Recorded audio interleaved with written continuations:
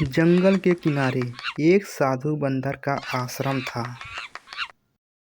वह बहुत धार्मिक और शांत स्वभाव के था। एक दिन उसके आश्रम के पास एक दुबली पतली लोमड़ी आई और साधु बाबा का आश्रम का दरवाजा खोला। साधु बाबा निकले। बंदर ने बोला, कौन हो तुम? यहाँ तुम क्या कर रहे हो?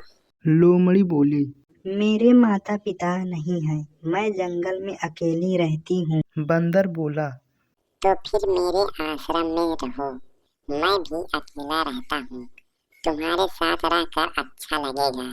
लोमड़ी बोली, ठीक है बाबा जी, पर पहले मेरी बात सुनो। मैं ज्यादा खाती हूँ। मेरा नाम अढ़ैया इसलिए पड़ा है कि मैं 2.5 किलो खाना खाती हूँ। ढेर सारी रोटियाँ, दाल, फल, मिठाई सब खाती हूँ।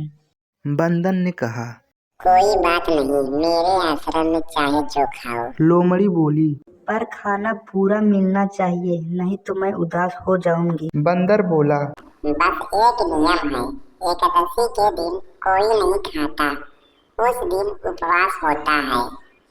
लोमड़ी चौंक गई। मतलब उस दिन खाना नहीं मिलता है? बंदर बोला, हाँ, महीने में 2 बार। अरे बाबा, तो 2 दिन में तो मैं मर जाऊंगी। मैं जा रही हूँ।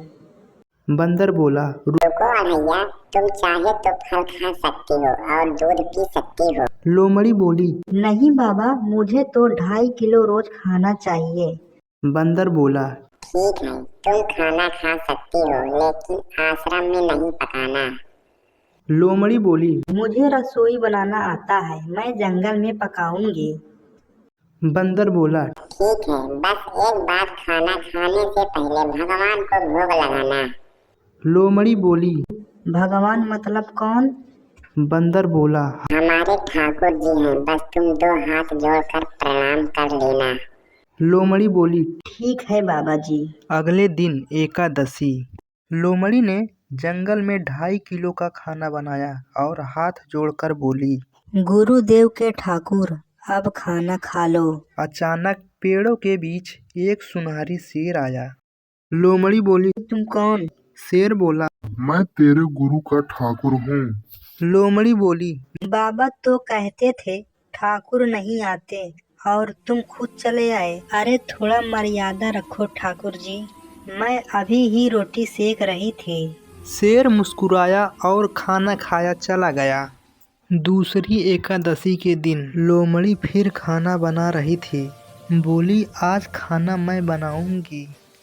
इस बार शेर अपने पत्नी के साथ आया। लोमड़ी बोली, अरे ठाकुर जी, आप तो शादीशुदा हैं। शेरनी हंसने लगी और खाना खा के चले गए। लोमड़ी बहुत गुस्सा हुई।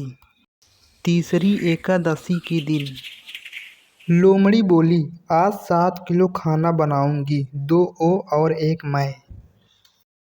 इस बार शेर अपने भाई बाघ के साथ आया। लोमड़ी बोली, अब तो पूरा परिवार आने लगा है, राशन का हिसाब रखना पड़ेगा। फिर भी उसने भोजन कराया।